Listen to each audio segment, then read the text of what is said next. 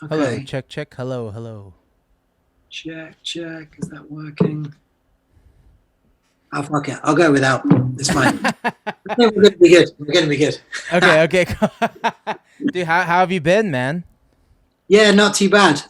Obviously, very strange times, and I can't really say the UK has done much better with the pandemic than America. I think that we're similar. It's. Really? I think our prime minister is like he's not quite Trump levels, but he's not far off. So, Exactly. Man, it used to be like Trump was like, no one can come into America. And now people are like, we don't want Americans coming over here. Like, they're closing us out now. Like, but we have no, to you work. guys are good. Did you see like New Zealand declared themselves like COVID free, like no cases or Really? anything? They've been for a week, so they had people back at sports events and gigs and stuff.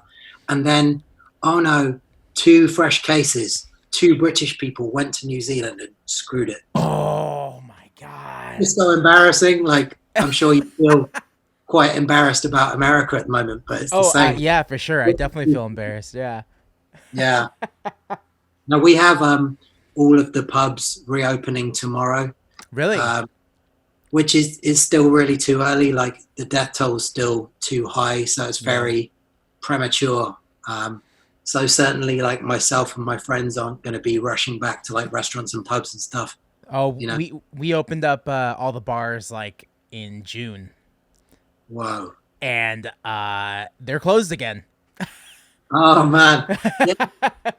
This is the thing. It's. I mean, they keep talking about the second wave. It's like we haven't left the first wave. We're talking about the next one. It's just going to be one big wave. Big, big, massive wave. Yeah. Yeah, yeah. Oh my god. Yeah, it's definitely put a big downer on everything, and it's slowed down a lot of, the whole world, but especially the music world. Like, No, I feel particularly bad about that. Like yeah, just walking around my neighborhood in East London, like so much stuff is shut and looks like it's kind of gone for good. And I wonder about a lot of the sort of grassroots, very small music venues like the 50 to 100 cap. yeah. I just don't see how a lot of them are going to survive this. Oh my god. Yeah, it's definitely a fear over here too of just like places like the Echo. Yeah, they were bought by Live Nation, but like how long will Live Nation keep funding it with, Yeah, smaller labels like that. I have smaller venues like that. I think might yeah. be in some real jeopardy. Are they looking at doing like drive-in gigs at all? Because Live Nation like booking loads of those here. So Yeah. that's Oh, really? yeah. There's Oh, there's a man. host stand-up comedy and like big touring acts as well. Oh, that's crazy. I know Yeah. Garth Brooks is doing one, Okay. Yeah, but they he's seem to be doing like parking lots of like some of the smaller regional airports. mm, that's It's cool. quite interesting. Yeah, I'm quite tempted to like go and like see what it's like. Just Just to see. well, it's perfect. Like you bring your own food and drink. You're in Yeah. a little bubble. You don't have to, go No, among. my girlfriend and I, we just went to the drive-in and they had a double showing of Willy Wonka and Wizard of Oz, right? Oh, And that's beautiful. awesome. Yeah, I fell asleep during Willy Wonka, but like it was Yeah. awesome. It was so good. It's so nice. I mean, it feels like it's quite an American tradition anyway, the drive-in cinema. And on the hotter side of the country, like, California, Yeah. I guess it never quite went away. I know I've been to some things before, like the Oscars Museum, they did outdoor screenings there, Yeah. and the Hollywood Cemetery and things like that. There's definitely a lot of stuff like that, like movies in the park in LA. But the drive-in where you drive your cars in, it like went away, but then it kind of came back, No. and now it's really back. Oh, cool. They're popping up everywhere. Yeah, I know a few comedians like like Bert Kreischer is doing his, and Oh, but the thing cool. with Garth Brooks is that he's performing in one place, and they're projecting it to every drive-in, so he's getting Oh, paid for multiple nights of shows in one night. man, that's like gaming the system. That's not right. I know. You're not even seeing. You're just watching him play somewhere else. Ah, no, none of that. It's really hard to tell how everything's going to go. Like, I don't know. I saw that you're releasing some music soon. I Um, am, yeah. I know you've had a kind of record ready to go in the background, and what kind of has led you to do that now? Do you feel like, I've kind of felt like you're getting a lot more people's attention in a weird way because people are on their computers and phones and in front of their TVs more. So you can kind of almost get their attention. So it's not such a bad time. It's just hard. Yeah. There's no shows to promote. There's no shows to promote. So that's like I did a podcast with Wyatt from Lollipop, and we talked a lot about this. But like, just like any business, when shit changes, you're gonna have to pivot. You can't eat inside of a restaurant, so they're only doing takeout. So what is the musician's takeout? It's releasing music, podcasting if you can, tutorials. Like, you have to get extremely creative now. And it's tough, but you gotta figure it out, because I spent the first month just hanging out, and I was like, oh, I don't know what's gonna happen. I'm just gonna chill and Well, I guess we didn't really know how long it was. Like, it certainly felt in London, it's like, oh, we're gonna have to like close down for 2 weeks, but in like 2 or 3 weeks, and that was 3 months ago. So and then like doing live stream shows and do you think that that's still going on? Do you think that's died down a bit? I don't know. Is Ben Gibbard still doing it? Like, he was the one who was doing it every day. No, like, yeah, he was doing it daily, and I think like Jeff Tweedy pretty much was for a while, and I stuck with both those guys watching them, and it did feel like it kind of was connecting people a bit more. It felt like you're having a shared experience, which is lovely, and I like their songwriting both a lot. So, but I don't think anyone can sustain it. Like, that is hard work. Yeah. In itself, you're going to rehearse that day, maybe relearning old songs or learning new covers, and it's a lot of work. That's exactly what I did when I did one live stream show, and I had to relearn like a bunch of different songs. Like, I don't know any of these songs anymore. Yeah. It just happens. I resisted. I had a couple of people ask. I don't play live too much anyway. Yeah. And I just had that sort of fear of like, people won't be that interested, and then I'll feel a bit dumb, and it's going to be a lot of rehearsals and stuff like that. So I chickened out. Basically, I chickened out. So I've had a few. Like, the wave has slightly gone a bit, but I've had a few people reach out about me playing live on their platform, and I just don't know how that would work. So I just have said no every time. Like, do I log on to your Instagram? Like, and then my people are going to your Instagram. Like, I'm trying to build my platform right now, so it's like hard to get people to go somewhere else. Like, I find like it was quite funny as well. A lot of the big artists, like say like the Stones had done one, and a lot of people were doing regular ones like Crowded House, Neil Finn. Yeah. They cut together the footage so it looks like they're playing live in their locations, but they've obviously just like tracked a version and they're miming. But it's kind of like everybody's like, wow, look, this is amazing. They're in different parts of the world, but they're still playing this beautiful thing. It's like, it's so fake. Nah.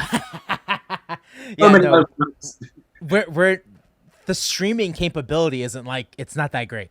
No, but it seems like your sort of average Joe off the street is like really impressed. Like, did you see it? Like, Neil's in New Zealand and his son's in LA. And, I know, that's like what a lot of those late night shows are doing. Like, we have Haim, and they're all in different like houses. It's like, it's all pre-recorded. It's like beautifully like tracked with like the best gear, and sounds better than any record I've ever. Like $10,000 microphones and stuff.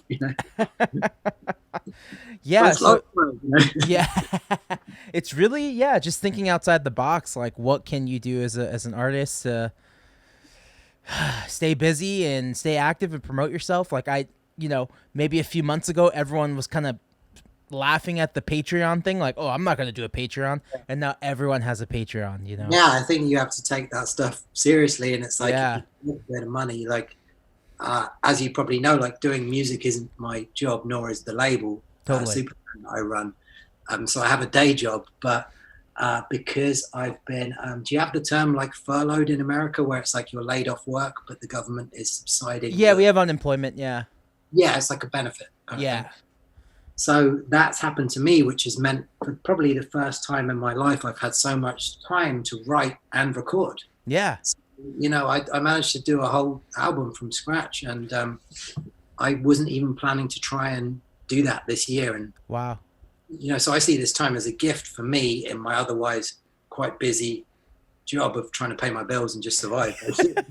But Just try it's to like make it, I've yeah. got a real taster of what it would be like if if it was properly your job and you could take the time and space to do things properly. Yeah. Yeah, you don't feel rushed. You're not paying hourly for a studio. It's like Yeah, and no distractions from no like distractions. social life or commitments with family things because you just couldn't do those things. You They were can't off see the anyone, table. yeah. Yeah, yeah. Yeah, I So, completely agree. the only concern was, like how do I fill my day? And I kind of felt sorry for people that didn't have or still don't have like a hobby that they can do at home, like, whatever that be. Yeah. Music is like quite a gift to go, oh, I've got this luxury of having time with my instrument and trying to write. Yeah. I I guess with definitely that comes a pressure as well. I know people have felt like they've beaten themselves up a bit, like, oh, some people have made like 3 albums already, and I'm struggling with one song because there's also a pressure with it. I agree. I completely agree. And I think it's fine to take a break, if you felt like you needed to take a break. But for people like me, I took my break. I took all of like March off. And then Yeah. April came around. I was like, okay, let's get back. Let's get back onto it. Like, Oh, what can we do? What's next? Plan it out in my head. yeah. And yeah. So did you crack on with starting to write the next album, even though this current, you know? I have 3 songs like I've written through the quarantine so far, Oh, which cool. is fine. That's like something. But I'm also feeling like I'm not gonna release an album.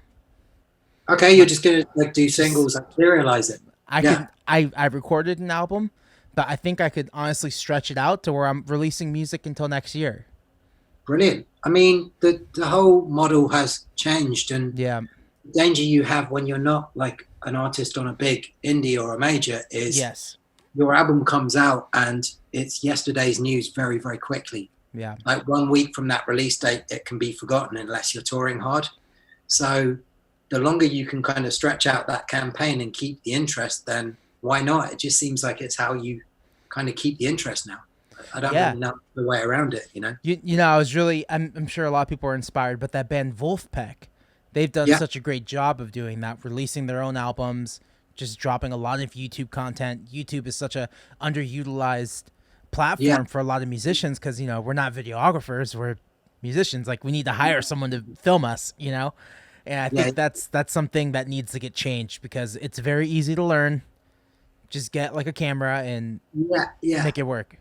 Did you ever come across this 90s Irish power pop band called Ash? They're kind of like grungy power pop, I Oh, guess. cool. No, Ash. But, yeah, they're like a big band in Europe, and Yeah. top 10 hits and stuff. Still playing today, but about 5 6 years ago, yeah, probably 6 years ago, they were like, we're not going to do albums anymore. We're just going to do singles, and they were just like half a decade, if not more, ahead of the curve. Wow. So the project was an A to Z, where they were just doing each letter of the alphabet would be, the first letter of the title of the single, and they did that for a whole year. Wow. Um, and then at the end of it, you could buy it all digitally, or you could get like pretty much a single every week. And it seems like it's becoming the norm. But back Yeah. then, it was like, oh, you're not releasing albums, you're crazy. Yeah, You know? it's crazy. Like it's your dream. You want to make albums. You want to have the album art and then it's all on vinyl Yeah, and you want to make that happen, but I don't yeah. know. I still, I mean, I've released your music on Yeah. some interesting formats, and I still really like the kind of the tactile thing that you can hold, and Yeah. and the artwork is a really exciting part for me always. Like working with artists to design that, and so I kind of don't want that to go, but at the same time, I don't really see how in the sort of lower echelons of music you can survive. Like it costs so much money still to get in a studio with a producer, your mastering, your artwork. And the fact that you can put something out and then it be forgotten so quickly is Yep. really difficult. Yeah, it's really sad and I think if you can just learn how to do a lot of things yourself, you can streamline that process. It can start becoming a lot more profitable. It's like when making t-shirts. If you just Yeah. buy the little press, you could start making shirts yourself and then Yeah. you're Well, just paying for the shirt. it always really baffled me that when I was in a band many years ago in the UK and we were touring and doing quite well, how often kids would be much more happy to part with $15 for the T-shirt than the record. Yeah. That used to annoy me, but then the T-shirts cost a couple of dollars to make, but the record costs a hell of a lot to make. So, Well, how much? it's fine, but How much is a record right now? Maybe $8 a record, a 12-inch. yeah, probably. I mean, I guess the cost goes down the bigger the run is, obviously. Yeah, Yeah, it probably goes as low as about $8 or $7 or something like that. Yeah, yeah. If you get like 1,000 copy, 500 yeah, to 1,000 yeah, copies.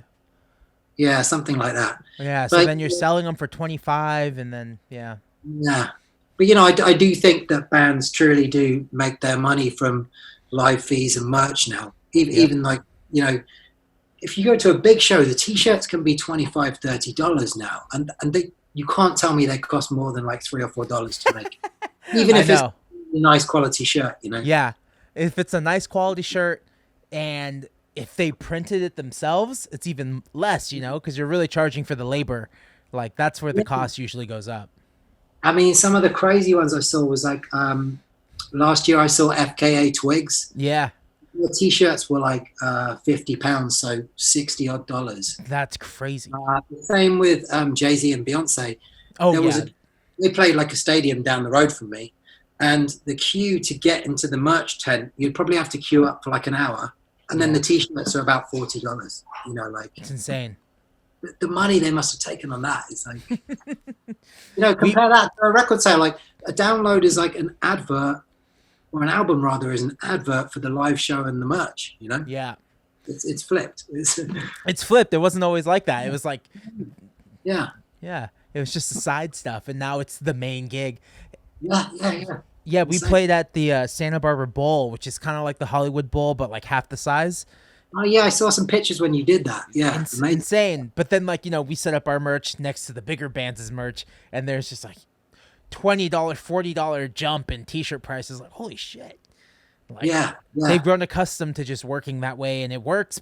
If people buy it, I guess it works, but like, yeah, You- I don't know. Maybe it's an error I've made with my label, but I've never liked to kind of rip people off. So Yeah, I try and price everything as cheap as I can, and yeah, just make a tiny bit of profit so that I hopefully don't lose. But just a tiny bit. Like I want to make it so everybody can have it if they love it. yeah. And then, But it funds the next project you do. You're always taking that and moving it somewhere else. Like, I don't think I've ever used Dante Elephante money for fun. Like, it's always no, like, this money we made right here. Okay, this is the van. We could rent the van, and this gets us this, and yeah. I yeah, mean, the most luck my band had was getting some quite good like sync uses where mm, our music was getting used in TV and film stuff, and that would tend to bankroll our recording and hotels and maintaining the van. But yep, I never, nobody, and that was quite decent money that had come in, but nobody ever took home even like $100. So totally. Yeah, I think people don't know that side of it as well. yeah, it's tough. And I remember like the last tour you were doing, it was like a lot of dates across a large part of the country, and Yeah, it must be difficult to maintain that. Just the travel costs are a different level to the UK. yeah. Just your goods and stuff like that. Well, yeah, like renting a van could be anywhere to $3,000. Like, if you rent it through a proper company, it's gonna be more like $5,000. But if you have a Yeah, friend, like I had a friend, and I was like, "Hey, man, I can pay you 1,500 when I leave, and when I come back, I'll give you the rest of the 1,500." And yeah. we were able to do that. And then you can make it, and then you Like gotta buy hotels for 30 yeah, nights. like I don't know what the minimum fee is you could take for a show. Really, it's Yeah, just it's really tough. yeah, But I suppose you have to look at it as well as being like a privileged position where, if you get invited to be a main support on a good show like that, yep, you just kind of have to go, well, we're only getting this opportunity because we're decent, and we're going to collect more fans by doing this. yes. So you take it as a bit of a hit and go, hopefully one day we swap places with this band that we're opening for, which has happened time after time with big bands, Of where course, yeah, yeah. You're like, everybody's oh, been the opener at some point, and then eventually, hopefully, yeah, you can make that jump. and you kind of, say they're giving you $300 a show. Yeah, Awesome, that's fine. That's enough to cover things. One thing that I learned from the last tour I did is like stack your merch, like yeah. double than what you think you're gonna need, because we Uh, sold out quickly. Like, and this is like advice for like if you're opening for a bigger band, yeah, yeah, yeah, and yeah. but like Because yeah, like yeah, I remember when we would do like small theaters as main support. Yeah, it could be surprising, and you could sell out of stuff. So be well prepared, because that's where you can make your money. yeah, and you're halfway through and you're like, we're running out of shirts, and that was like our bread and butter. It can get Yeah, tough. Yeah. yeah. I've had a lot of that from some of the bands I've released from the US that come over here. They'll get midway through a Europe tour, Mm. and they'll email me and go, "Luke, do you know how the hell we can get some t-shirts in like 2 days?" Like, do you know anyone in the UK that can get them delivered to Sheffield tomorrow? And I'm like, oh, that's hard. But do you, I don't know. what do you think is like the big difference between UK audiences and American audiences? Uh, I'd say there's a funny thing I noticed with American shows, that the audience seem to be more keen to heckle a band they don't like, or even if they do like them, they want the attention of the artist. Yeah, yeah. I don't know what that's about. That, Because that we've been feels giving this freedom of free speech, and we choose to use it. Yeah, like, I paid my ticket money, so it's my right to say if I yeah. Yeah. have shit. Um, Uh-huh. I mean, the only problems we had, my band opened for Jimmy World, of all bands. We were kind of Okay. like a rock kind of band, but we opened for them, and yeah, we would know about it when that crowd didn't like it. But I think Hmm. that's just because it was a bit of a genre clash, where we had been the wrong kind of booking for that Yeah. audience. But no, I've noticed from going to shows in LA, it feels like people will say if they don't like it much, but in the UK it's quite conservative, and in London it's almost just too cool. So the audience will be like this, like, "What have you got?" Like, they'll be like trying to impress me. Totally. So they're not going to give you much. They're quite cold. Mm. Maybe it's like that in New York as well. I don't know. Yeah. I feel like we're quite similar to New York, so I don't know. Yeah. That probably makes sense. Like I They're too know. cool, so Too they're kind of, cool. Yeah. Yeah. they don't want to Uh, show even when they're enjoying it. They're just like, yeah, it's all right. It's all right. that's kind of like, I don't know. Unfortunately, that's kind of like what San Francisco's turned into. You know, Okay. it's like that was such a rowdy place to play. Yeah. People used to get so excited, and then it just, from the last 10 years, this last decade, the 2010s, it just got so techy and so stale. And it's like Oh, yeah. all employees, like, I don't know, employees of tech companies, and nobody wants to embarrass themselves in front of their coworkers. And Does it not have too much of a music scene anymore? Like, it's not the I'm not. same. It's not the same. It's still a great town though, and it's definitely still a stop when you're on the tour. Yeah. But yeah, I mean, it looks beautiful, like really interesting architecture and landscape and yeah, stuff. But it looks you like, can't take that away from it. But I guess the people like who live there have changed quite a lot. So yeah, yeah. Well, that's the beauty. LA is still pretty nuts. Like yeah, Orange County, that whole like burger scene, like those kids are still wild. I'm assuming. I don't know. I'm too old now. I've only been. I first came to LA about 8 years ago, and I've come a couple of times a year since, and it's changed so much in that time to me. When I first came, downtown was certainly dead, and Yeah. East LA, how East LA feels like it's very expensive, like designer boutiques, and that's Mm-hmm. changed a lot. So it's been quite quick, but it's the same in London. Like, anywhere that's built out of artists coming to live for cheap and be creative, eventually the business moves in and those people get pushed out, and It's a it's the same. terrible cycle. Yeah, it's bad, but I think it seems in London it could move in like 100-year cycles. Like, I Yeah. lived in Brixton for many years, and that was once, if you go back 100 years, a very rich area. Then it became Oh, very, very poor and very dangerous, and now it's kind of getting rich again. So it can go in very slow cycles. is that where the So, Clash is from, or do they just have that song called? they have a song called Guns of Brixton. Yeah, but They were, I want to say that they were more like Hammersmith, like West London. I oh, don't okay. know. Not entirely sure, actually. I'm not the biggest aficionado of. I do like them, but I don't know all of the Yeah, me story. neither. I like them too, but I don't know really much. I know their first ever gig was this pub in Fulham that I go to before I go and watch Fulham games. So I don't know. I thought they were maybe West London. Is it, a lot of those like older established pubs and bars, like, is there a fear that those are going to go away too? Like maybe what some of those really famous ones? Yeah, totally. I mean, like I said, stuff's allowed to reopen tomorrow, but it has to be a table service, Yeah. which means if the pub's quite small, you can only have 30 customers at a time or 20 customers. So Yeah. lots of people can't reopen because the staff cost to manage that outweighs actually doing it. Yeah. So I don't think a lot's going to be happening. It's Yeah. yeah, it's very strange times. I'm Well, sad I couldn't get over to LA. Actually, I was there at the start of the year because we were going to do a podcast then. that's right.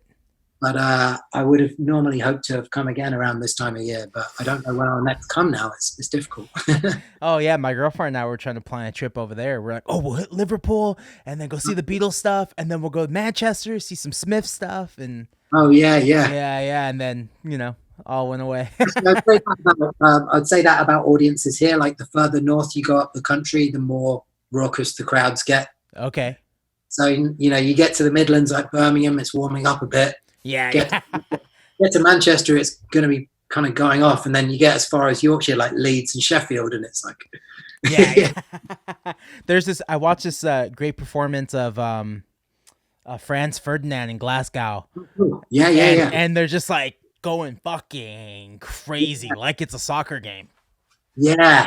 Oh, they were such an exciting band when they first broke. Like, yeah, very good band. Yeah. Did you see any of those bands coming up when maybe when you're high school or something? I saw Franz Ferdinand around the first record, That's awesome. but it was at Glastonbury actually, so Hmm. I didn't see them do like any little club shows. Yeah. But yeah, I mean, I saw loads. I think I went to Glastonbury for the first time when I was like 13 years old, and it Oh, was cool. 1995, so it was quite a vintage year. Like I saw Oasis and Pulp with the headliners. Yeah. Supergrass doing their first record. Wow. With the big hit. Yeah, actually, Weezer were over promoting their first record as well, Wow. which seems funny now, like that original Weezer lineup. It was cool, And that first, Blue is so iconic. Yeah, yeah. It But there just was has also this great like replay value. You could listen to it over and over and over again. Sure. But yeah, there was loads of Manchester bands of the time, like, do you know the Charlatans or the Verve, Mm-hmm. Echo Bunnymen? Mm-hmm. They were all there, so it was cool seeing that from a young age, like all of those kind of really classic bands now, I think I read somewhere that the Verve just got their rights back for Oh, Bittersweet really? Symphony. Yeah, because it Now was that's a sample from a Rolling Stones orchestral thing. yeah, and there was like an Alan Klein like thing. Like he really screwed them over. Like he was Yeah. the manager for the Stones, and the Stones didn't care, but Alan Klein cared. Yeah, okay, yeah. Oh. And Alan Klein's like known like asshole. Basically broke up the Beatles and robbed some, stole money from Sam Cooke. Like known clown. It Yeah. feels like that's sort of 60s and 70s music manager kind of period was just white Oh yeah. white people being terrible, ripping off bands and stealing money from them. There's absolutely no education like for artists coming up. Like just sign here, and you're like, all right, sign. All this language to like ruin you for the next 25 years. Yeah. I mean, you still get it now. You must come across those managers of other bands where they're just like people's mates that learn on the job. It's like, well, this is Yep. my best friend. He's the manager. Yep. And from running the label, I sometimes have to deal with those people when it's like working out how to do a release.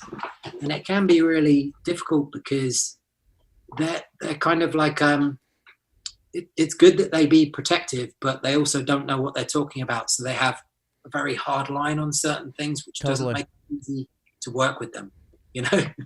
Yeah. So it'd be a bit like, oh man, like if you just, if you kind of knew what you're talking about, this really isn't a problem, but you're making it really difficult. And Yeah. like you're actually going to lose out by making that a problem, you know? Exactly. Oh Yeah. man.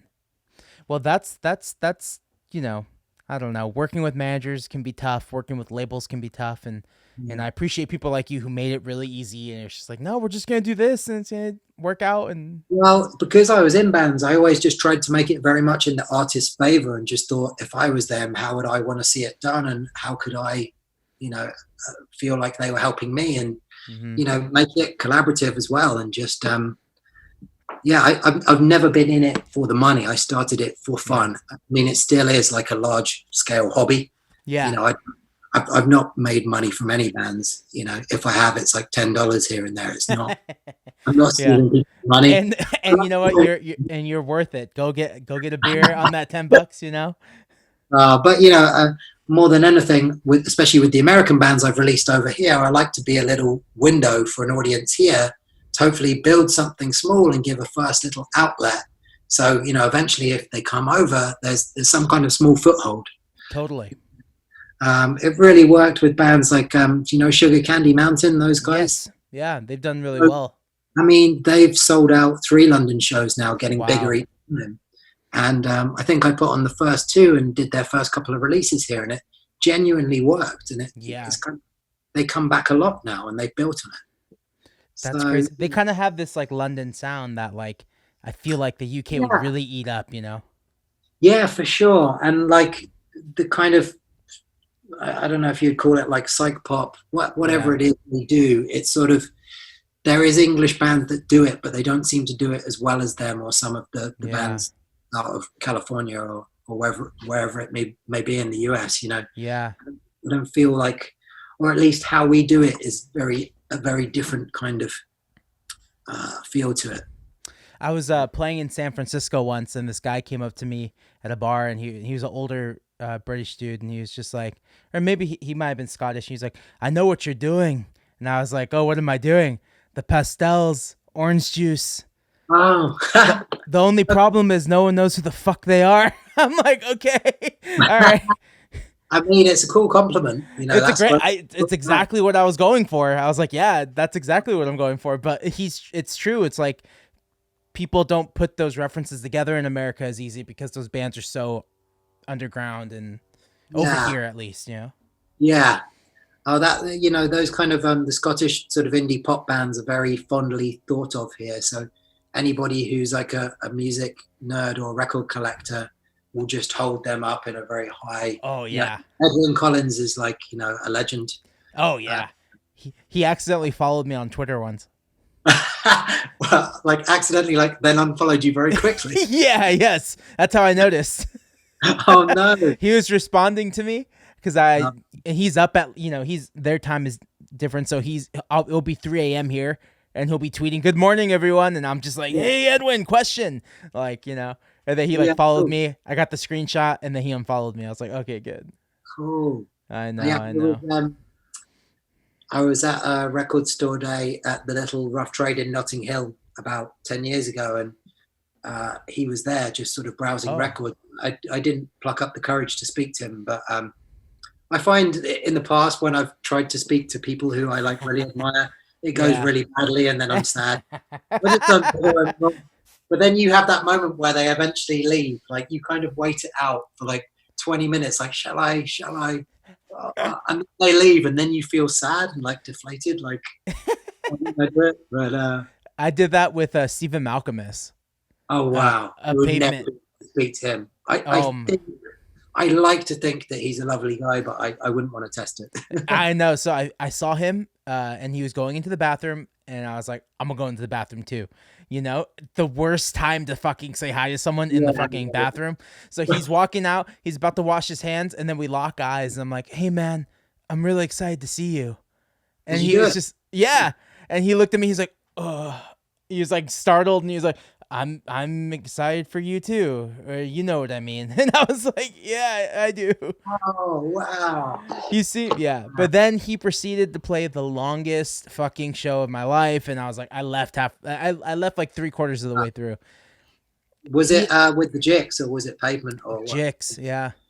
It was with the Jix, and it was just like at the time I hadn't listened to all of his solo albums yet, so it's Yeah, just like this massive catalog, and I was just like, oh, yeah, I don't, yeah, yeah. But now if I saw the Jix, now that I've had a few years, and yeah, like, okay, I could enjoy it now because I know all the songs now. yeah, yeah. I No, saw he's Pavement in 2010. yeah, yeah. When they reformed for a bit, Yep. yeah. I Yeah. saw one of the London shows, and then I saw Pavement sort of at the end of their first existence when Mm. Terror Terror Twilight, Twilight. when they were promoting that. Yeah, Yeah. it was great. That's like a Niles Goodrich or whatever from Oh yeah, Radiohead, yeah, right? Yeah, yeah, yeah. yeah, the Goodrich, yeah, yeah, That's crazy. Yeah, that's yeah. like that's like the one that's like how I got into them was through that record. And now I Oh look back and I'm like, yeah, oh, that's like the one people hate. yeah. I know it's still weird to me because it's kind of the one that I discovered, or at least I was at the right age where I could, Mm-hmm. or maybe Slanted and Enchanted, maybe Stereo was the first song where I was like, I like that. Yeah, But yeah, I think a lot of people aren't into Terror Twilight that are like the OG fans. But it's totally. so kind of melodic and like, songs like Carrot Rope are just like so lush. That's actually the first song I heard. Oh, cool. Yeah, that was the first favorite song I ever heard. I was like, oh, this is tight. It's so charming. Um, Well, I think he said it's about he had insomnia and he would turn on TV in the middle of the night and they were showing the cricket in England. oh, The lyrics like the wicket keeper is out. And he was trying yeah. to work out the rules of watching English cricket at like 4 in the morning. It's just the most Stephen Malcolmist thing ever. Love it. That's amazing. Yeah, yeah. Ah, that's so cool, man. Yeah, I love Pavement. I love Edwin Collins. They just started an Orange Juice YouTube channel, and they're Oh, dumping cool. all this live footage and Oh, all this. I didn't see any promotion for it. I just like was like it got suggested to me, yeah. and they're putting the music videos up. Music videos I'd never even seen before. I'm like, oh, I didn't even know they had all these. I just thought they had one Rip It Up music video, but now there's like Yeah, a I bunch of other think that's videos. all I've seen. Rip It Up one. Yeah. Yeah. So it's out there, man. Yeah, I'm glad that some of these legacy artists are like digging up their VHSs, digitizing them, and putting them out. Yeah. No, I've seen, yeah, there's been quite a few bands doing that, hasn't there? Like, and there's been quite a lot of kind of live streaming, shows from the past where again you have that shared experience. Oh, I've seen that. I Yeah. quite enjoyed doing some of those. My favorite actually for a sort of concept is so the band The Charlatans, that are this famous Manchester band, Tim Yeah. Burgess, he organizes these Twitter listening parties where he gets, big artists with their classic record. You basically have an arranged time where you all push play, and then Oh. that artist will tweet while you listen stories about making the album. Oh, that's cool.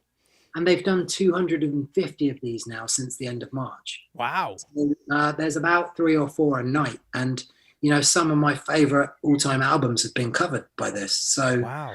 this goes on. And I don't think it would work great time-wise for you guys because it's like UK time. Yeah. It's like 3 a.m. Yeah, yeah. But it's been such a lovely thing to feel like you're listening to a record with thousands of people and we're all discussing it at the same time and getting right from the actual artist, Yeah.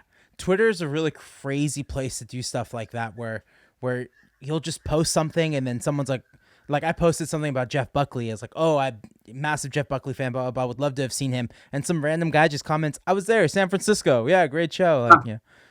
I think I told you before I did see him. Yeah. I saw him at Glastonbury 95. Yeah. Oh my God. Oh, that was the same festival? I feel like we discussed that when I met Maybe. you. Oh my God. Because I know you're a huge fan. Oh, I love him. Yeah. He's one of my favorites. I've been trying to get some of the like I'm friends with the people that were close to him, like on Facebook, and I'm trying to get them on the podcast. Oh, that would be cool. Like his drummer, who also drums for St. Vincent, like Matt Johnson. Like I'm friends with him on Facebook, so I'm trying to like, hey, let's do it. I saw his famous Telecaster just got resold to the guy from Muse. Yeah. That's such a horrible band. I can't deal with that. I can't deal with the fact that he owns the guitar. I loved them in high school, because and then when I saw them in early days being like first on at shows, playing to like 400 people. Wow. But and they've just become the most kind of like hideous like the Yeah. whole What happened? Yeah. Flame band. I don't know. I think Well, they're the most uncool band on the planet. when I was learning to drive, Knights of Sidonia would play Mm. twice every half hour on the radio, Whoa. I and mean, on it the wasn't on me that they got so big in America, but maybe it does fit because it's quite rock sound. I don't it know. was I got tired of it. I hated it by the end of the by the end of my me getting my license. I was like, I hate Muse. Like, Yeah, it's funny yeah, because the first record when they came out, it very much felt like he was doing an impression of something between Jeff Buckley and Tom York. Like yep, the record kind of sounds like the Bends, but with a bit of Jeff Buckley-esque totally. kind of vocal kind of stuff. The Um, Benz is also my favorite Radiohead album. yeah. Oh, that's Yeah, very cool. I yeah, saw them before that actually. That's pretty cool. yeah. Yeah, and the support act was Sparkle Horse when I saw them tour the Bends. That's Oh, pretty that's insane. cool. Yeah. Yeah. It's just, people in Rainbows was also very big for me because that was my senior year and I saw them in San Francisco, and they're so fucking good live. And but I don't know, I just keep going back to the Bends. Yeah, So, I mean, again, it's beautifully melodic. I mean, I know it's not something they look back on as something they're particularly proud of because they probably didn't feel they were being very progressive at the time. They sounded a lot like a lot of what was going on in the UK. totally. Um, but I still think there's really beautiful songs on there. Like I listened to it actually for the first time in years in lockdown, and Mm, like a Nice Dream really struck me, and Black hmm. Star, and just I was like, these are really so beautiful songs. Like Totally. they just morphed and found their own sound ultimately, and that's where they want to be and what they want to be recognized for. But there's Yeah. still some really great stuff on there. Yeah, I Blacks are know like many Radiohead fans that say the Bends is their favorite, so I respect that very much. yeah, I don't know how that happened, man. Like when we first started Dante, like Kevin, when I first met the guitar player Kevin, like we talked about the Bends and Weezer's Blue album, and that was kind of like, okay, maybe we should kind of go in that lane. Like maybe we could find something there. Yeah, like I Yeah. suppose there does feel like there's a little bit of Weezer element to your very early stuff. Yeah. Um, but again, it's more in melody, not how it's delivered. You've No, never no. you've never been like a rock band. There's never been like big Yeah. distortion pedals or anything like that, or heavy drums. And it was never like, going into the studio and trying to copy something. It was always like, let's just do what we can, what we want to hear. And That's always very healthy to not try and yeah. emulate. You know, it's Like always a pitfall, isn't it, of trying to copy something? Kind of makes you sound like a lesser version of an existing thing. But if totally. you kind of be oblivious and not care about what's going on around you, you normally find something quite Something that you'll original. like, yeah. And Yeah. and there's like days like Rado when we were making the first record, Jonathan Rado would wake up and be like, let's do like a Springsteen day. Like we'll just listen to Bruce and then yeah. But like Yeah. definitely nothing sounds like Bruce Springsteen, but like, yeah, maybe there's like a piano part that sounds like Bruce. Yeah. Yeah. Yeah. I think it's okay to pepper it with little kind of, I don't know what you'd say, like little sort of reflections of things that. Mm-hmm. But yeah. Yeah. That's crazy. Yeah. What else have you been listening to now that you have time to just sit down and revisit albums like I've Radiohead? really enjoyed. Do you know Nick Drake? Yeah. He was an English folk artist. Uh-huh. I've been enjoying sort of going through his stuff again, and John Martin from the same era.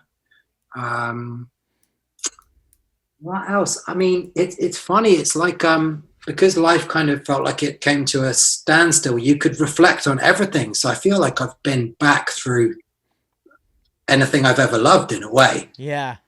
Do you know what I mean? You Totally. sort of reevaluate everything, including, I don't know if it's been the same for you, but including some of my own things that I've made over the years, projects I've been involved in, sort of like listening back and going, was there anything good in what I was doing there? And, it's a massive time for reflection, but also Yeah. kind of celebrating all of the stuff that you love, whether it be films or certain records, kind of going back on them and going, oh, this is so good, I looking agree. for echoes of stuff of a past life that doesn't seem to exist right now. Yeah, a past life and an old catalog of mine that I'm just like, oh man, and it just takes you back to that moment when you wrote that song or when you played it Yeah, live and yeah. I yeah. always wonder with your music, like what you think of that first EP, because it was the one that I discovered you via. Oh, I come back to it, and I still really, it holds a special place for a little snapshot of time. When I was first sort of discovering LA, and I did recording there and met the Lollipop guys, and it sort of I don't know, what do you think of it now? Is it something that you can't listen to, or you still find something good about it? I think there's like 2 songs. I only like 2 songs on it. Yeah, and it's the first 2. Okay, yeah, cool. Yeah, I think it had something to do with the recordings. I think those recordings to me came out the best, and because we were just so young and still trying to figure out how to navigate a studio. I think. Does any of it end up in the live set, like, ever? I'll throw in All the Time sometimes. Yeah. Sometimes. That used to be the closer, but now Call Me's the closer, so I don't know. Cool. It's kind of, there's not really a lot of places to go with it because it's so freaking high energy, and it's just like tick, go, go, go, go. Yeah. It's like, where do you go after that? Do you do much from the first album? Like, I do. I open with Junkie now. Oh, cool. Okay. And then maybe I'll do Pop Song. Yeah, because I think there's some really great songwriting in there as well. Like, it would be a shame, because I feel like I can see the evolution of it, like, musically, and you found something much more soulful that maybe feels like more true to you than those early EP and album. But true to me, like in the context of the time, like now where I'm at, the soulful stuff feels really good. But like at that time, but you found, I think, sort of new areas of your voice, which I've had that over time as well, and it's quite like liberating. And you go, I can just kind of let it hang out this way and sort of be comfortable with it, and it feels new as well. Yeah. So you write differently then because of it, And I switched over from playing guitar to like playing keys. Oh, what? Not live, but like when I'm writing. Oh, interesting. Because I stumble on stuff. Different avenues completely. Yeah. I completely stumble on chords, like, because I don't know what I'm doing on keyboards. So I'm like, what's that? I'm like, oh, okay. That's a good thing, That's like the main reason why I do it now, because I'll fall and I'll stumble into things and I don't know how I got there. Where guitar, I felt like I was like, oh, I've done this before. Oh, I did that trick already. Like, I know all the tricks, Yeah, like once you're like, 10, 15, 20 years into playing guitar, it's very hard to find new ground sort of mentally with it. It's like, you get so set in your ways, and it's just hard to sometimes break out of that. So a different instrument can totally flip it. Yeah, and now I'm just like, not a great key player, but if I was stronger, I'd definitely be trying to push that way and see what that brings. It takes a little bit longer to write the songs.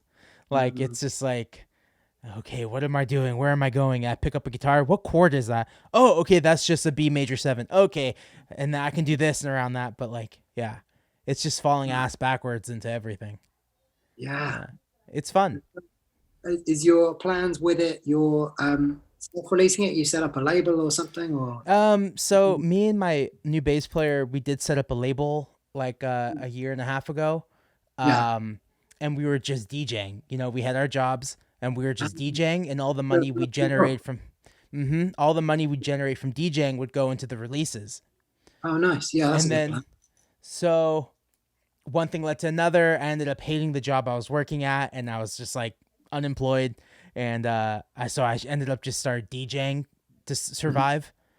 So, one thing led to another. Dante goes on tour like 4 times, in the last like 2 years. And the label's kind of taken a weird turn, but hopefully we'll get it back together. We did like one compilation. We did like a Santa Barbara compilation. Oh, cool. Yeah. Yeah, I mean, that felt good. It was like a community thing, and getting some voices out there. Because I feel like more and more so labels start now out of just people releasing their own music. Like, this is what happened with me. So my band finished.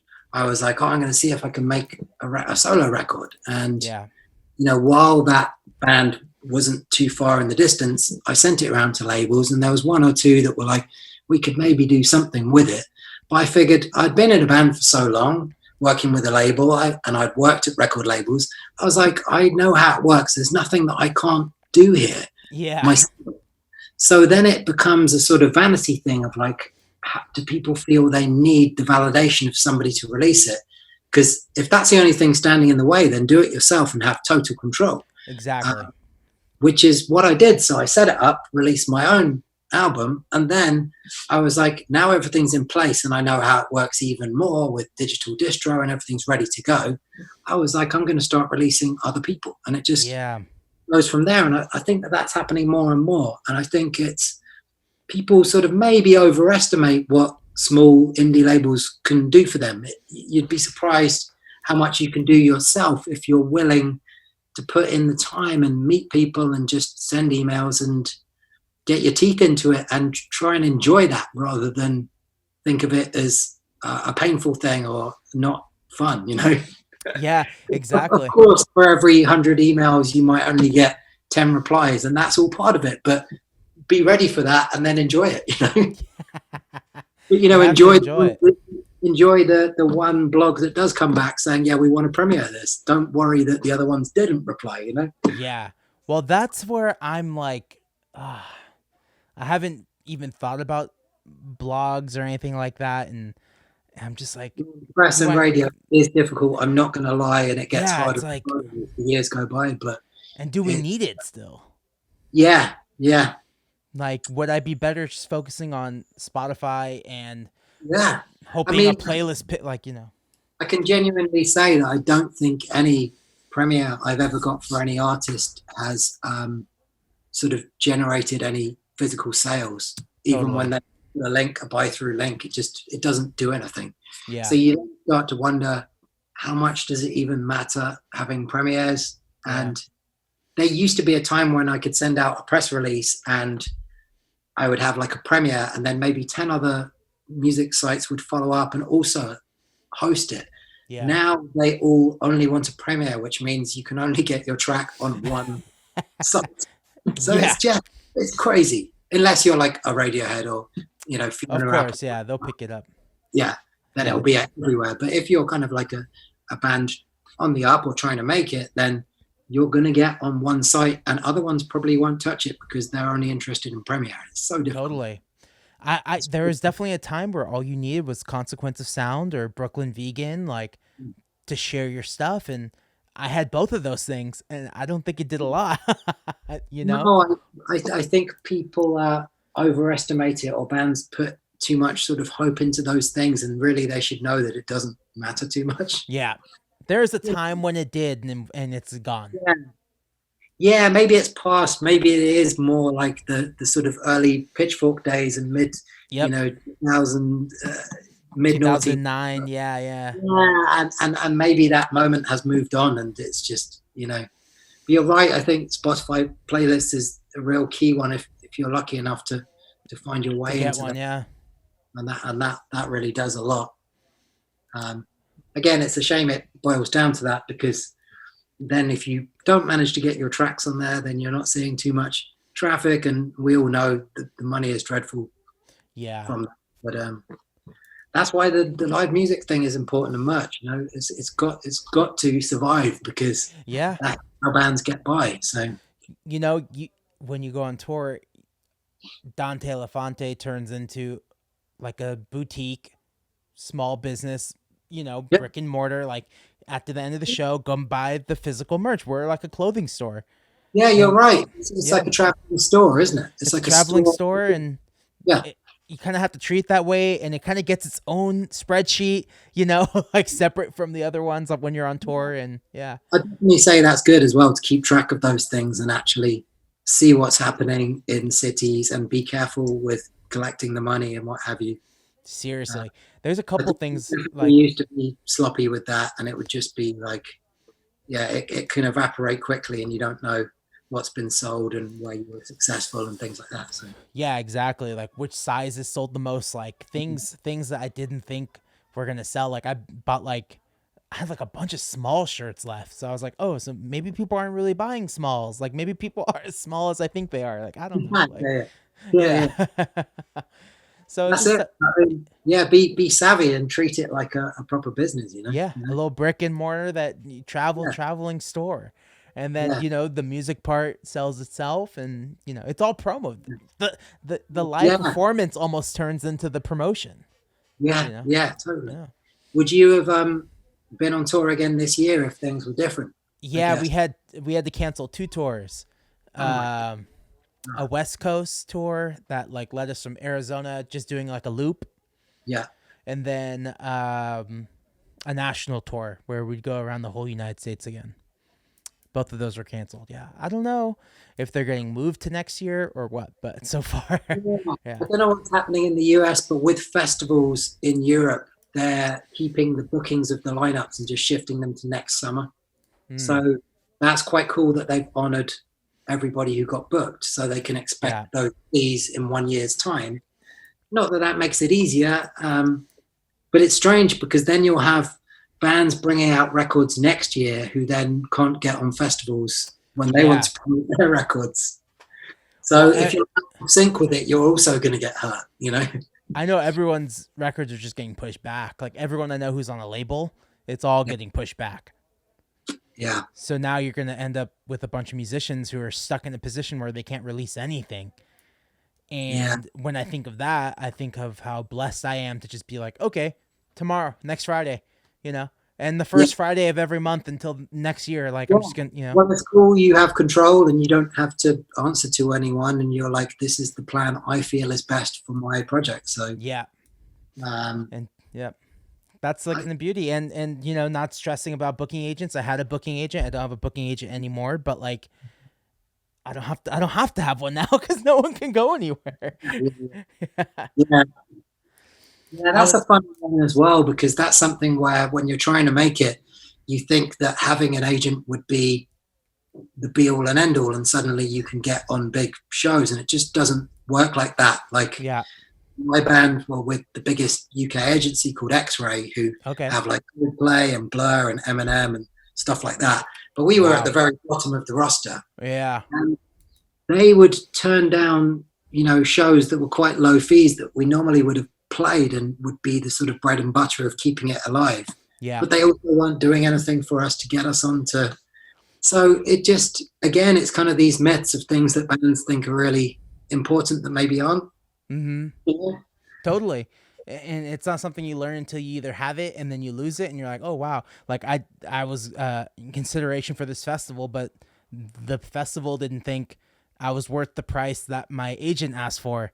And I'm like, how much did you ask of them? Like, Sometimes you're getting priced out of shows and you don't even know about it because the yeah. agent will tell you, or they're very rude to like your kind of DIY promoters that you maybe had good relationships with traditionally. Mm-hmm. It's, And it's now I'm getting difficult. priced out of shows because I don't know what they're asking for, like I mean, it's cool if they're trying to fight your corner and they think you're worth that, but I, it's also like you would like to know because then you could go, no, that's actually okay. I'd just like to be on that really great bill. You yeah, know? exactly. Yeah. And same thing, like, big agency, Brian Wilson, like all these other big acts are on there. But and then there's us like at the very bottom, like Yeah, yeah, we're pitching for tours. What about this tour? What about that tour? And then, yeah, you just don't hear anything back, and yeah, it's tough. But the yeah, the big travesty of how the industry's kind of formed that way is that like, your average Joe doesn't even get to sniff these main spots, these direct support slots, because it's yeah, all gatekeeped through yeah. agencies. Totally. It's really locked off, and it will normally be the supports often come from the same agent as the main act. So. That last national tour where I opened and we played massive venues is because we all had the same agency. Right, right. I Yeah. mean, I had a really sad one where, well, in hindsight, it made me feel a bit sad about how we were booked. But my favourite festival in the UK is called End of the Road, and we got to play it, and we found out a couple of years later that we had only been booked because it was a deal where they had booked one of the big acts, and they said Oh. take Stagecoach as well as part of this deal. So Mm-hmm. we were like a bundle with like Willie Mason or something like that. Oh wow. Ah, it took away the shine from it, you know. But this is the kind of stuff that happens behind the scenes, and you know, Totally. I'm just very much a believer in this day and age that DIY is good, and bands should just try. And if you're really good and you really work hard, there is potential to do good things still. True. I agree. Yeah, it's just how much you want to work and how much work you want to put in. Uh, Yeah. like I said, I've just been filming everything by myself, and it's definitely harder to film like videos and stuff by yourself, but like it's Yeah. fun. No, but it looks like the content that you've been creating, like shooting and editing, it looks really nice. And I Yeah. do the same for everything with Superfan. My dad shoots and I'll edit and grade Oh, it. And cool.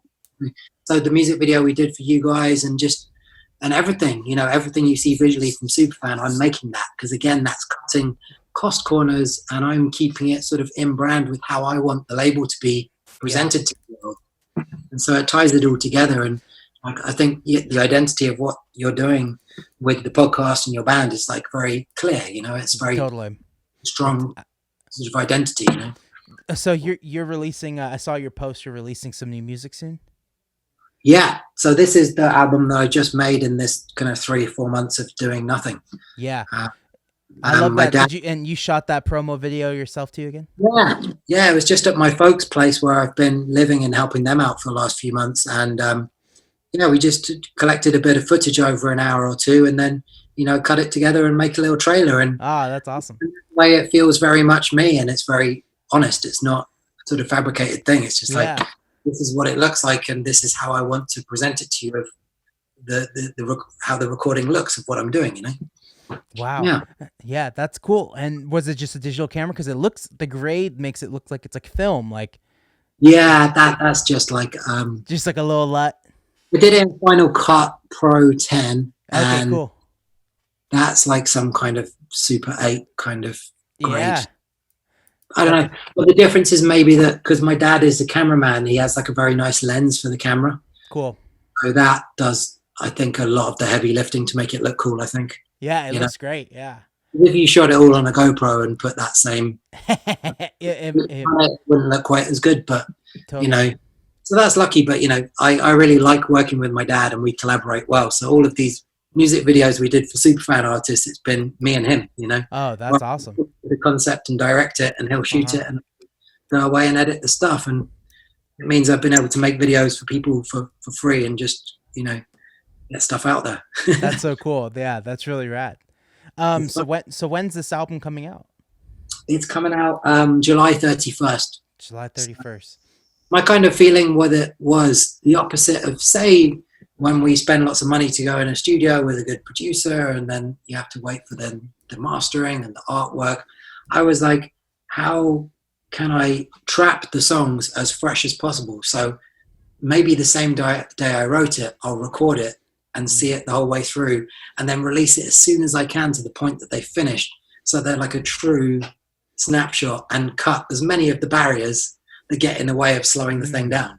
Yeah. So the whole thing is going to be written, recorded, and released inside 3.5 months, really. That's great. And are you going to release it on like tape, record, like a vinyl, or? I might do a mini disc as a physical format. So I only found this out recently, but in America, the mini disc wasn't like a particularly big format. It wasn't. No. It was so big in Europe and Japan and China that in like the late 90s, like my friends' cars had mini disc players. Really? And all had mini disc Walkmans. And so the last release on Superfan was artists from the label and beyond covering songs by John Bryan. So stuff from movie scores he's done or just like his own. And I released it on mini disc, and I found a lot of the people that were buying it were from America, and they were a bit confused by the format. And I was like, what? That's amazing. Wait, it's just behind me. I've got to show you. Yeah. So this is what they look like. They were kind of like very small sort of diskettes. Totally. So it's, you can kind of see there. Yeah. And, it's like this kind of size, and and they just kind of slot into these small players that like this big, and you Yeah. could put it in your pocket. So it's exactly the same quality as a CD, but just really small. Wow. Yeah, those definitely didn't take off over here. I There was have a, one. there was I have one Tony. from a local Oh, band in Santa Barbara. yeah. No way. Yeah. I was like, what the fuck am I gonna do with this? Yeah, yeah, yeah. My old computer in the '90s had a slot for it though. Oh, that's different. That they're 3-inch actual CDs. So that Oh. is like there was a period where CD singles would be like they're Yeah. still, and there was a little drop in the tray and it sits in the Yeah. CD Oh, that's rack. different. This is different, yeah. This is more Oh. like a kind of computer disc. Like inside is a CD, but it's kind of like a floppy disk, like it's Yeah. got a slider on it. Yeah. Oh. So, Yeah. yeah, those ones were a big thing in like maybe the early '90s. I feel like there was lots of Totally. like R&B and hip hop singles on those little. Yeah, they're cool as well. Those are There's a cool. place in the UK that manufactures them too. Oh, So, damn. yeah. Yeah, so that's why I'm also wondering, like, with COVID-19, like, are there delays in manufacturing right now? Have you Mm. experienced? Do you have anything coming down the pipeline? Has anything been delayed? I found my guys were still really quick, and it wasn't a problem. But I haven't done any vinyl in this period, and I know most of the vinyl is done at GZ, which is the big plant in. I want to say it's in Poland, but it services Mm, most of Europe and quite a lot of America. okay. And I have no idea what the situation is there, whether it's slowed that right down I because of stuff. imagine, yeah, I imagine it's a lot of people on that plant. Like, at least, like, over 10, you know? Yeah. So I think, yeah, probably because they had to reduce how staff could come in and things, it will have slowed down a lot of releases. Mm, Um, I don't know, but yeah, I've been lucky, but the Superfan has slowed down a bit. yep, Sort of financial reasons, I don't release as much as I used to. I'm kind of yep. spacing them out a bit more, but I figured, release less, but put in more time and make them more interesting, collectible things where I kind of, like with making trailers and things, put my heart and soul into it and slow it down a bit. Well, I think that's what makes Superfan so unique is that you're providing this unique experience of listening to music. Like we can all listen to music, but Yeah. it's this format that's unique that separates you from everyone else. I think, Oh, the heart shaped vinyl and yeah, yeah. like yeah.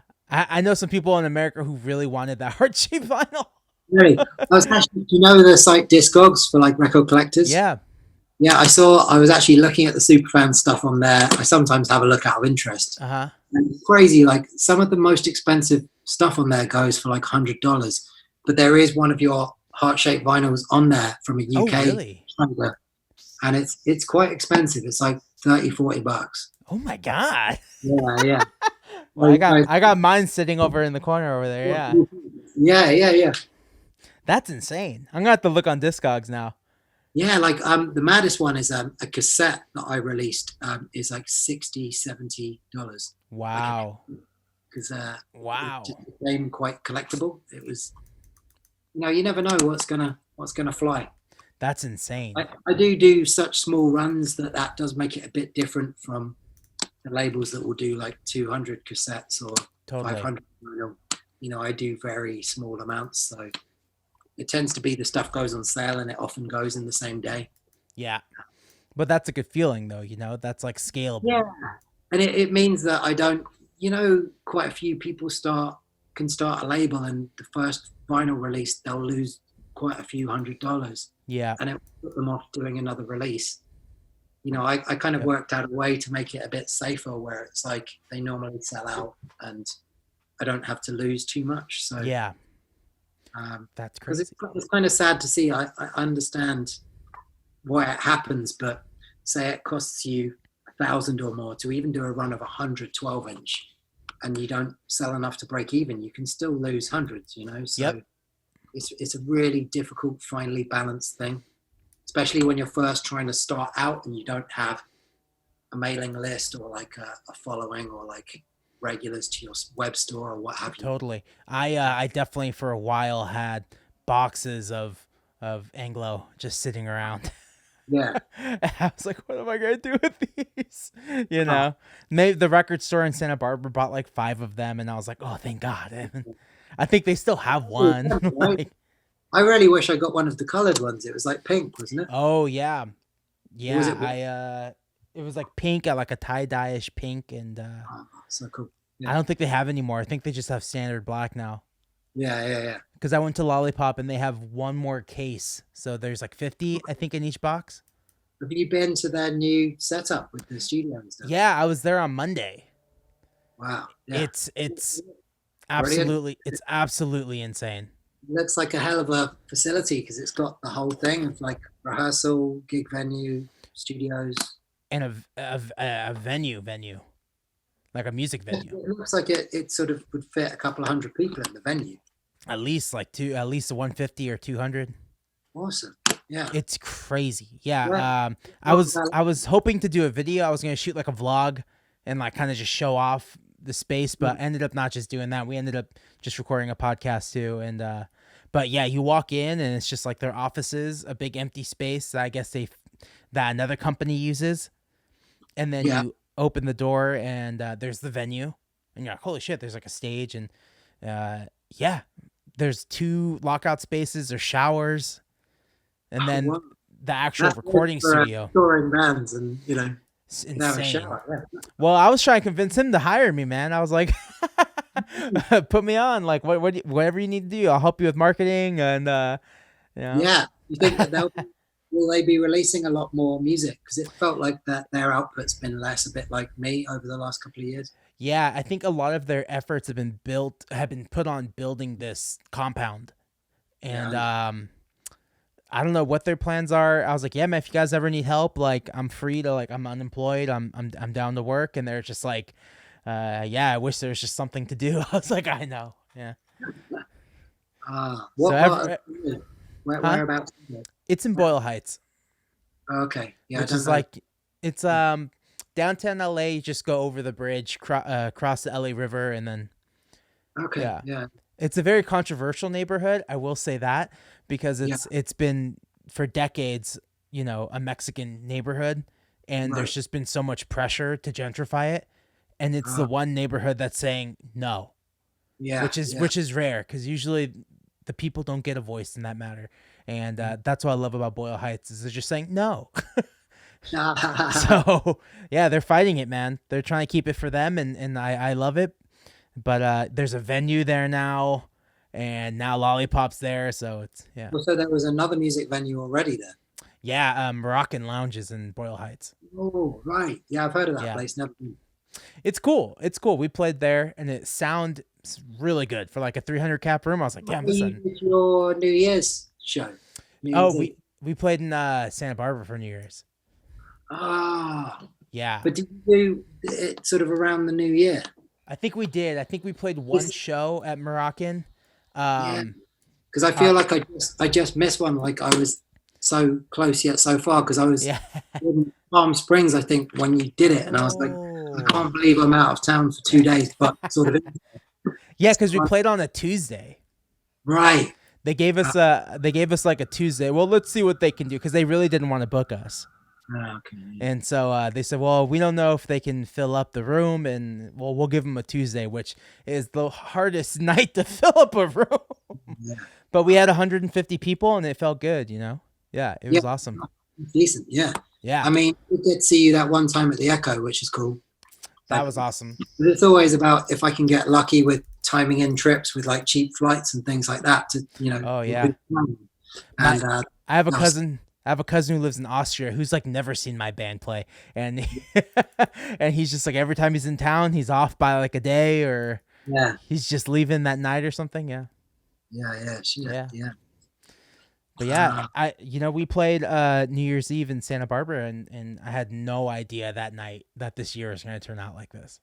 I know the year was like- started so well for me. I was like, this is the best year in years. for Yeah, me. this is like the funnest New Year's I've had. Like, this is gonna be fun. Like, we're gonna do this and we're gonna do that, and like, yeah, Just, yeah, it's just unprecedented. Like nothing like this has happened in Uh, even our parents' lifetimes. You know, Totally. it's it's so strange. Yeah, what's the nearest one was the Spanish flu, in Yeah, yeah, 1912. Uh, exactly. so you look throughout like the 60s. I was telling my girlfriend we were watching like that John Lennon documentary on Netflix, and I was like, they didn't even have to deal with this. Yeah. Ah, Crazy. but yeah, no, I really hope the live music situation sorts out for like yourself. You know, I'm kind of Yeah. pretty much retired from live shows, but I hope like you and every other band I know where it's like an important part of what you do. Is it because you just why can you go into why you don't want to play live? Uh, I mean, I'd say if I was at a level where I had a bit of a kind of following still, or you could kind of book shows around the country and know people would come, Yeah. I'd probably be more up for doing it. But it can kind of weigh you down when you do a lot of traveling and then you're kind of losing money and the crowds are shrinking. And Yeah. it became a bit like that with my last band. And so when I started doing solo stuff, I felt very much like my favorite part was the writing and recording rather than the shows.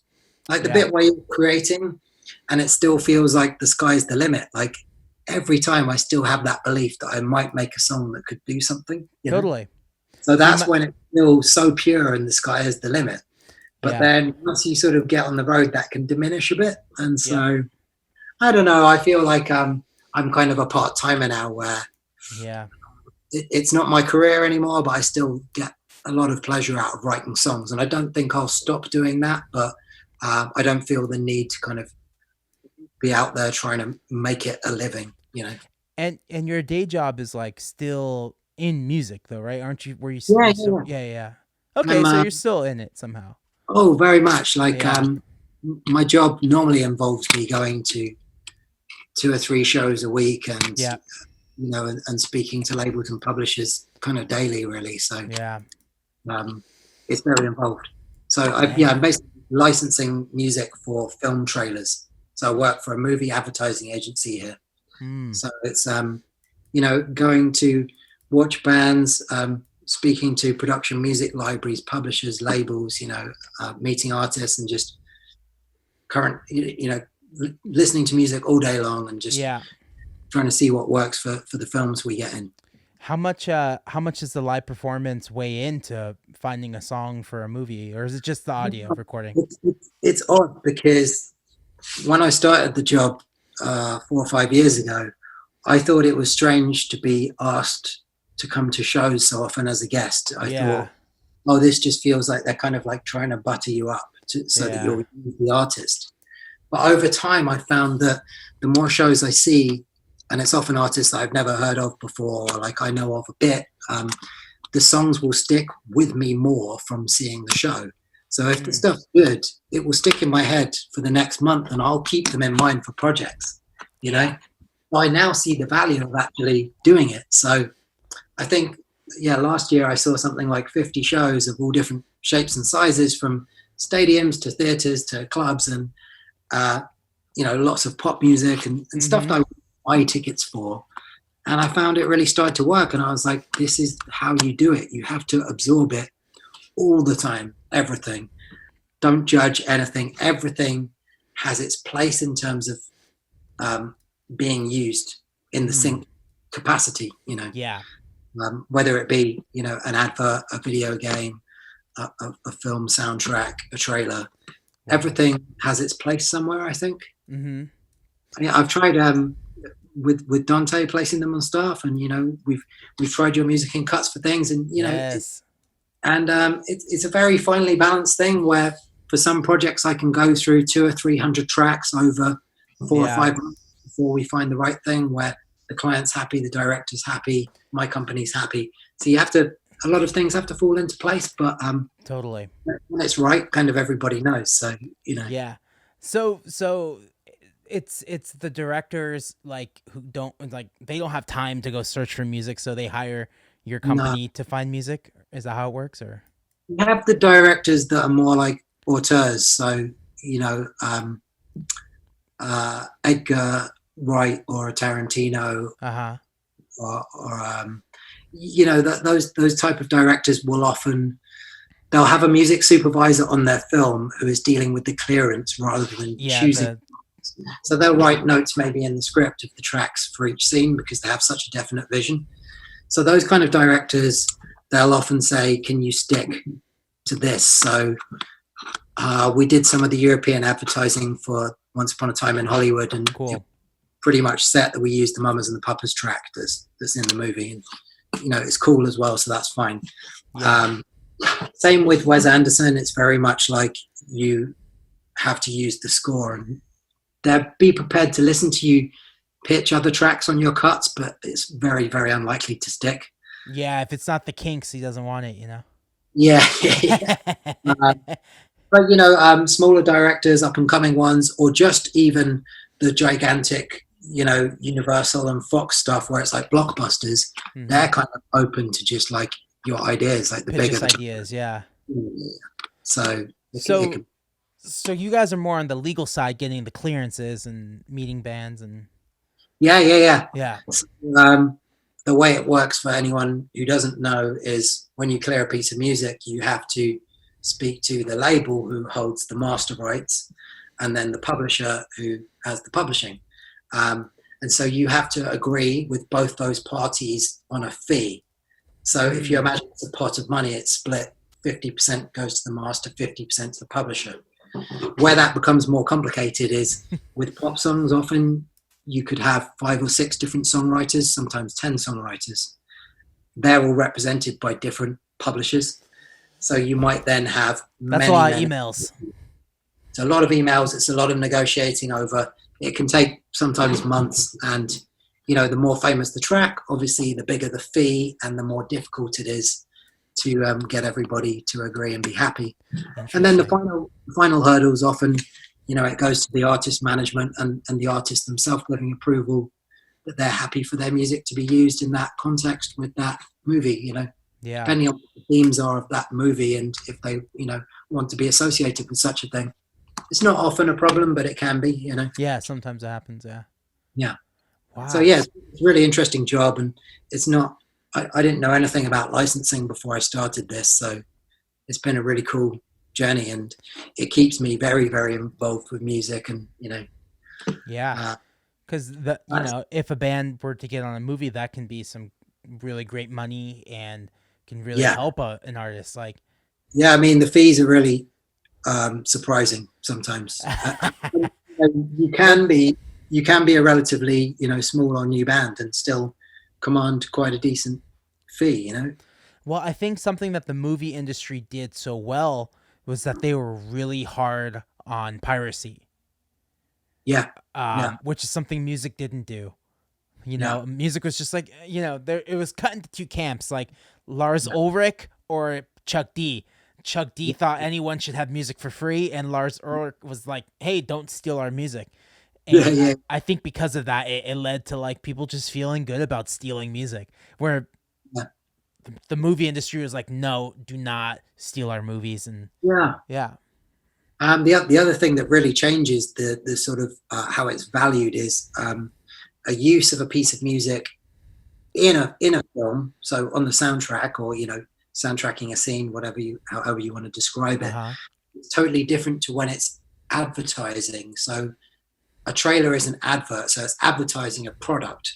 So that in turn makes the fee completely different, like way up here compared to it being used in the film. Yeah. Although you could argue a song is going to stick with somebody more with how it's used in a film than on a trailer, which is, here 1 month and gone the next. Whereas once you have your song in a movie, it's kind of part of history forever, Totally. So, it can certainly break artists as well. It can really be the making, if it's the right kind of use, like a pivotal scene that really sticks with people. They'll keep coming back to that piece of music because it connects with the movie and that emotion, Exactly. Do you guys do television shows as well? Or is it just movies? Yeah, we do advertising for television shows, but not the actual shows themselves. Oh, okay. So we do a lot for Netflix and Amazon Prime and Hulu and FX and Oh, one of my favorite shows is High Maintenance. and Oh it's yeah. on HBO, and that guy makes a really great soundtrack for the show. Ah, Yeah, I think yeah. it's like the main dude in the show. I think he curates most of it. Yeah. Ah, okay, cool. Yeah, because I mean, you can get shows that really suck, but the music's like really on point. You have great supervisors who don't Totally. necessarily have the show they're working on, but they try and style it out by bringing some Exactly. great music. You know, Yeah, that's definitely an example of one of those shows I just like absolutely love because the music makes it so good. It takes it to another level. High Yeah. Maintenance. Is it a comedy or is it a drama? Or... It's a comedy. It's about this guy who's like a weed delivery guy. And you don't Ah, know his real name, but you kind of get glimpses into these different lives in New York as he delivers them weed.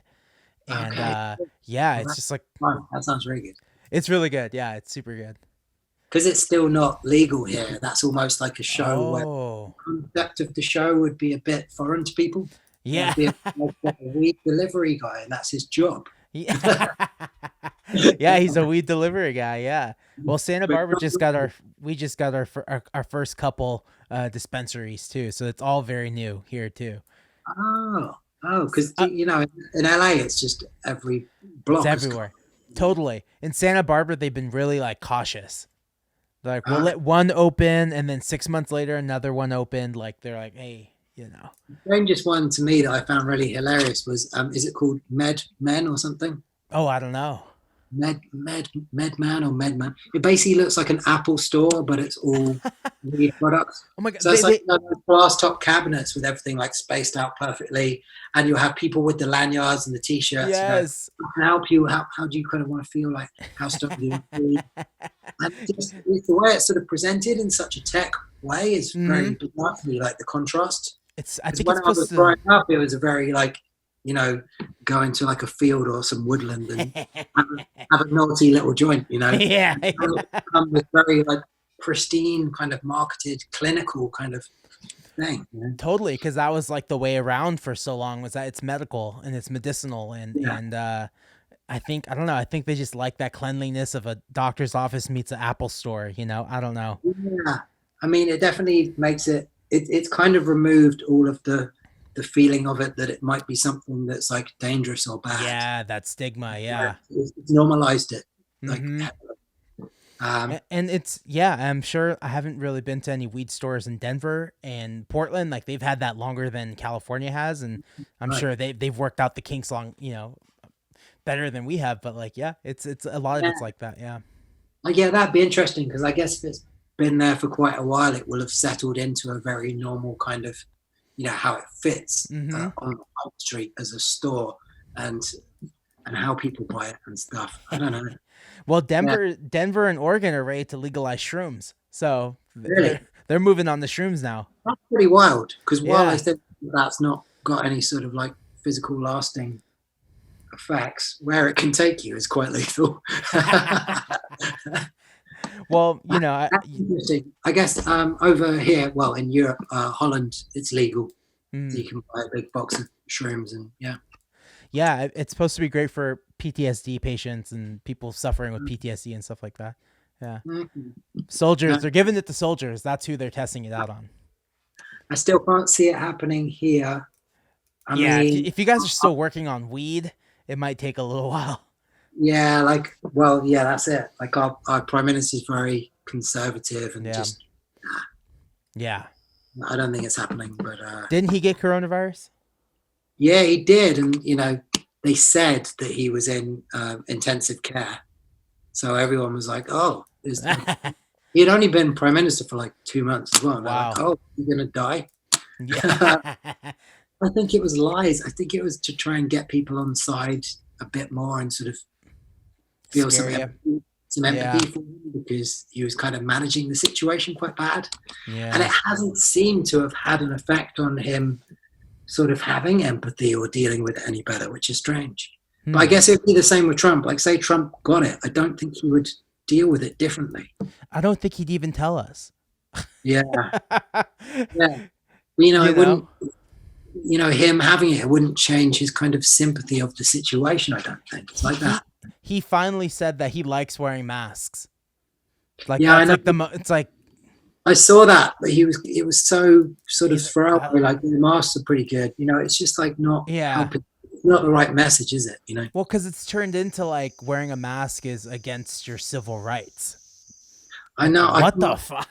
I mean, it is a shame that America's sort of sees it that way, I because know. it feels like it's the only country in the world at the moment where there's a battle to convince people that it's a real thing, and Yeah.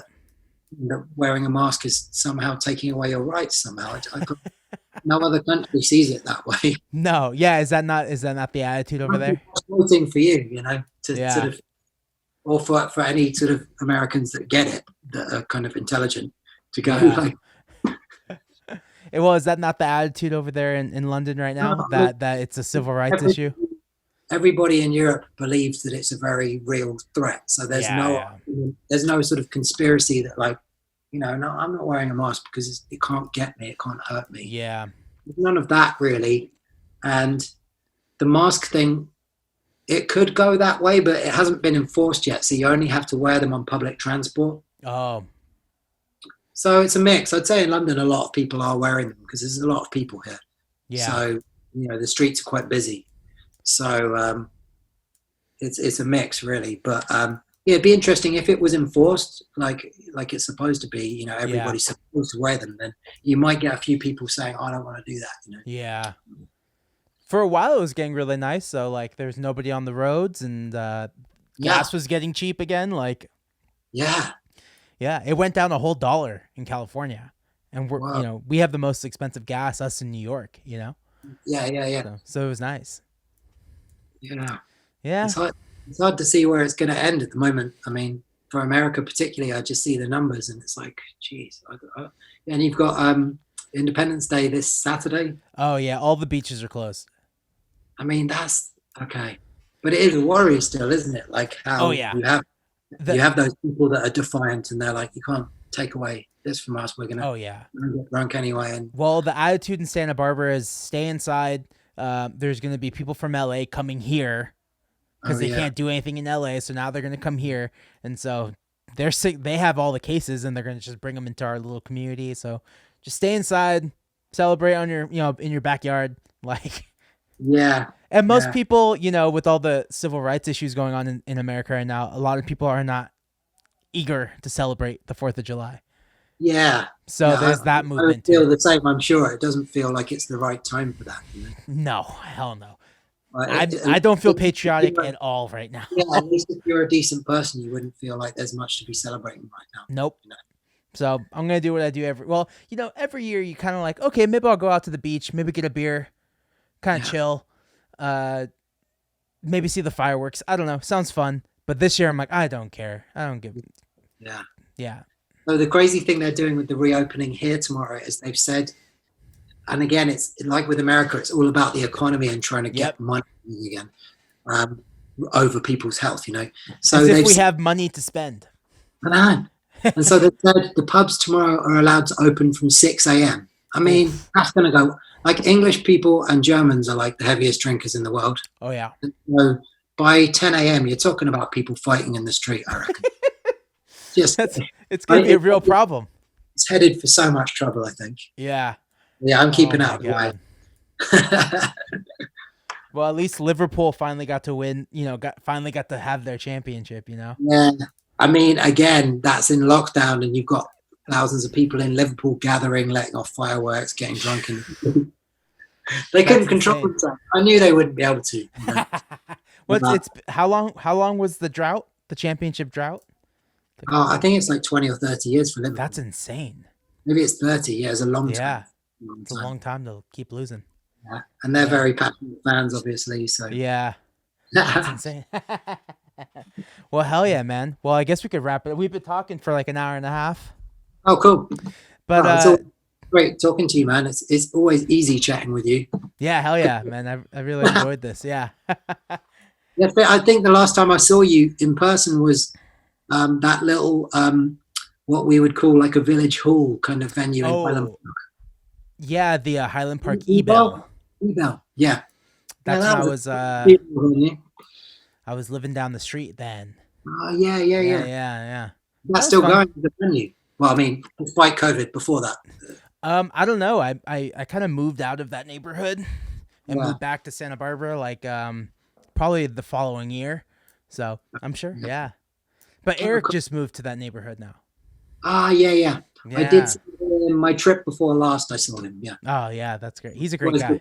with him, and yeah, his new music sounds really good as well. So. I know that his new single got some good views.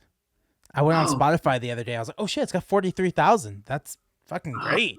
I played it a lot at the start of the lockdown. I was listening Yeah. to it, and I played it on my radio show. And the guy that I do that with continued to play it. That's So awesome. it was a hit with us at least. I know it sounds like it's done good. Yeah, that's awesome. I think I described the keyboards as sounding like marshmallows being. Yeah. Yeah. Very cool. Yeah. Hell yeah, man. It crept up on me, that one. It's really good. Yeah, I think he has more coming out soon. But well, if I usually ask guests towards the end if there's any way for people to support Superfan 99, what's the best way to do that?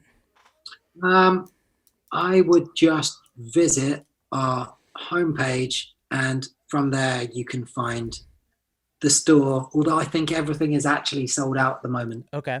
Because of the nature of it all being limited runs, but you could get on the mailing list or something. But the website is Superfan99, and that's Okay. 2 lines. So superfan99records.com. And yeah, like maybe watch some of the music videos we've made. You can find Dante on there, and Yep. some English bands, some bands from New York, some bands from California. There's some French bands, some German bands. All good stuff, I think. All good. Good poppy melodic tunes, I'd say. And yeah, just like, track us down on Twitter and what have you, and get involved. Or if you're in a band, send me your music. There you go. Listen to everything, and I'm always looking for more stuff. Oh, if you've got good, strong melodic poppy tunes, I'll probably be into it, to be honest. Well, sick. We'll have to send bands your way then, man. Yeah, do it. Cool. All right, man. Well, it's been great talking to you. Yeah, man. I'll talk to you soon. Take care, man.